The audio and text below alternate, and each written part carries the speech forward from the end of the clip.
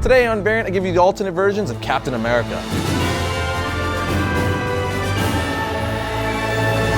Welcome to Variant, where we love comics more than I love Captain America Civil War. Trust me guys, you're going to love it. I'm your host, Arris.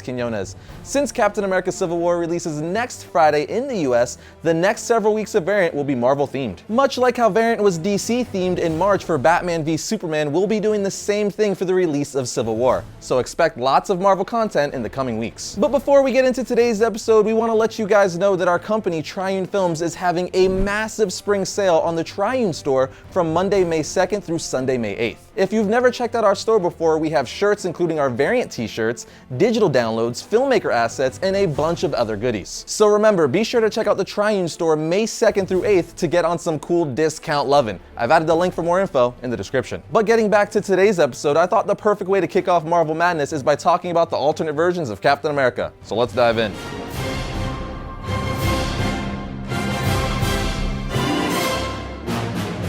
Before I start listing off a crap ton of alternate versions of Captain America, just know, as I always say with these alternate versions episodes, there is no way I can mention every single version of Captain America ever in just like 8 to 10 minutes. I mean, he's been around for like 60 plus years, but I will mention a good amount of them and the coolest versions at that. The most obvious way to kick off this list is with the original and main version of the Star-Spangled Hero from Earth 616. He first appeared in Captain America Comics issue 1 in March of 1941. Yes, he's been around for quite a long time. Giving a brief history of Cap for those who want it, during World War II, US Army soldier Steve Rogers volunteered to receive the experimental super soldier serum. Enhanced to the pinnacle of human physical potential, he became Captain America. After a failed mission and decades of being frozen in ice, the Avengers eventually found him and revived him. This led to Captain America being the team's new leader. If you guys want more info on good old Steve Rogers Captain America, be sure to check out my History of Captain America episode, where I go way more in depth with the character's history.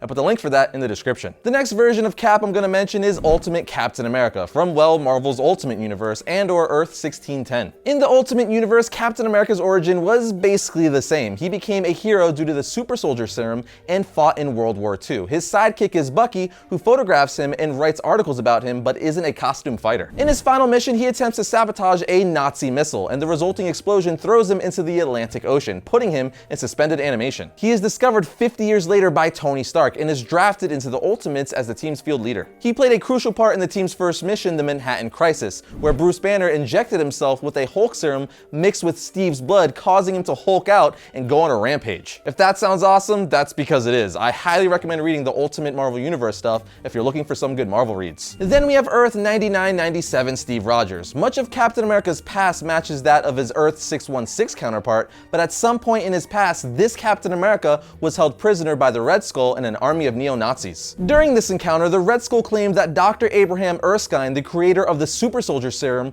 was secretly a member of the Nazi Party, which is a really cool twist on the original origin if you ask me. The Red Skull went on to explain that Adolf Hitler had funded scientists to work for the Allies so that their discoveries would aid the Axis powers. The secret plan of the Nazis for the super soldier project was to create a perfect Aryan race, and as such they picked Steve Rogers, a scrawny young man with blonde hair and blue eyes. I personally think it's a really cool take on Captain America's mythos. That's why I like doing these alternate version episodes. For some reason, it's really interesting to me to see how writers can reimagine a character's origin and mythos. Anyway, keeping this Cap train moving, we have Zombie Captain America from Earth 2149. In the Marvel Zombies reality, Cap was known as Colonel America, and he was the president of the United States. After being turned into a zombie, however, he raided secret government bunkers and ate countless people until the zombie Red Skull killed him by scooping his brains out in true gory Walking Dead fashion, even though the two franchises have nothing to do with one another. We also have Earth 3010 Captain America. I actually mentioned him briefly in my alternate versions of Deadpool episode. But anywho, on Earth 3010, Steve Rogers was known as General America. This version of the character fought for an oppressive version of the United States, with his arch nemesis being Lady Deadpool, the leader of the rebellion. The next Captain America is a pretty interesting take, I think. On Earth 460, the Purple Man had become president of the United States. He somehow sent Captain America to year 1602 of an alternate reality. reality, which created a divergent timeline designated Earth 311. In Earth 311, at the year 1602, Steve Rogers became Rojas and joined the American Indian tribe. His arrival screwed up the timeline, and people started appearing in 1602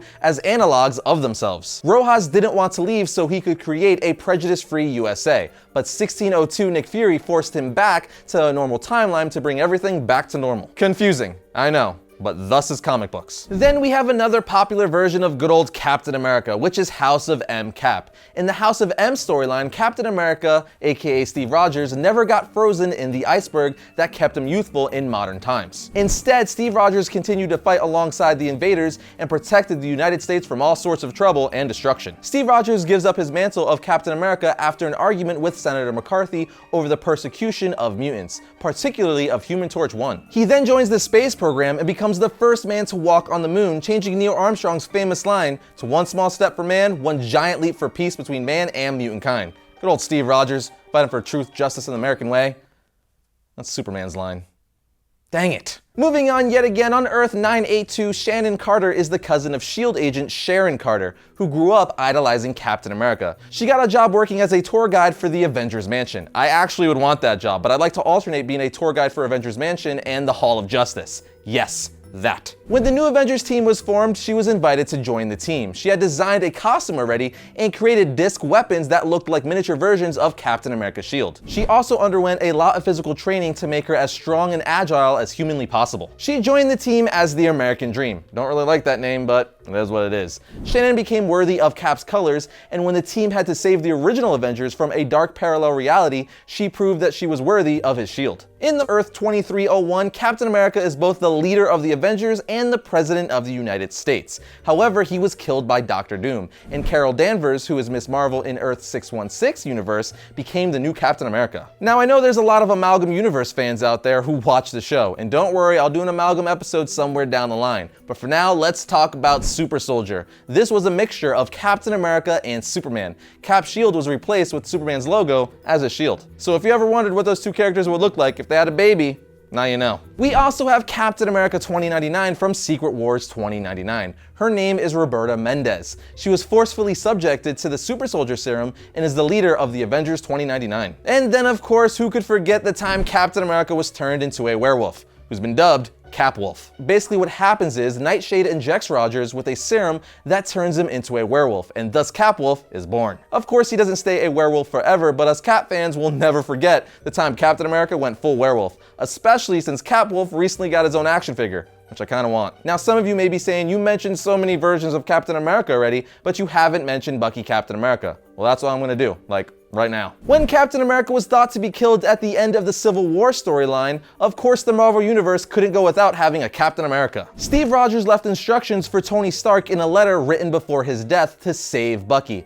and that the mantle of Captain America should go on. So of course, who better to take up that mantle than Rogers' former sidekick, James Bucky Barnes? That's right, Barnes agreed to don the mantle, but struggles with the crimes he committed as the Winter Soldier. The design for Bucky Captain America is actually one of my favorite designs for Captain America, period. Now, I couldn't do an alternate versions episode of Captain America without mentioning the current Captain America, Sam Wilson. After Steve loses his powers thanks to the machinations of the Iron Nail, he experiences rapid aging and is rendered a withered old man. Falcon remains by his side alongside the other Avengers, and soon becomes the new Captain America. But with that said, come May 25th, 2016, Steve Rogers will return as Captain America once again in his own brand new series titled Captain America Steve Rogers. He'll also have an all-new costume and shield that highly resembles his original shield. But just like that, that's several alternate versions of Captain America. Again, I didn't mention every single version ever, but I think I touched on a good amount of them.